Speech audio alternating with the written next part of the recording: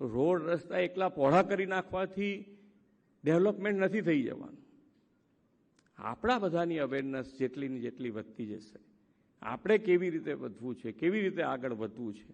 તો ગાયકવાડ નગરી છે, ઘણા બધા ઉદાહરણ એમની પાસેથી આપણને શીખવા મળેલા છે.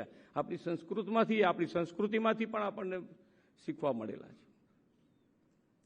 તો એને પણ આપણે મજબૂત રીતે ઉપયોગ, આપણું તો માન્ય વડાપ્રધાન શ્રી હર હંમેશ કહે છે, વિરાસત બી અને વિકાસ બી.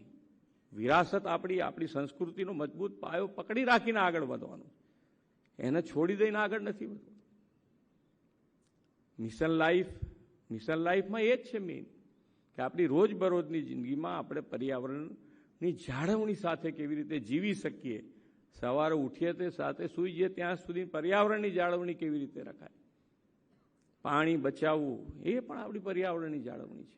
ઇલેક્ટ્રિસિટી બચાવી એ પણ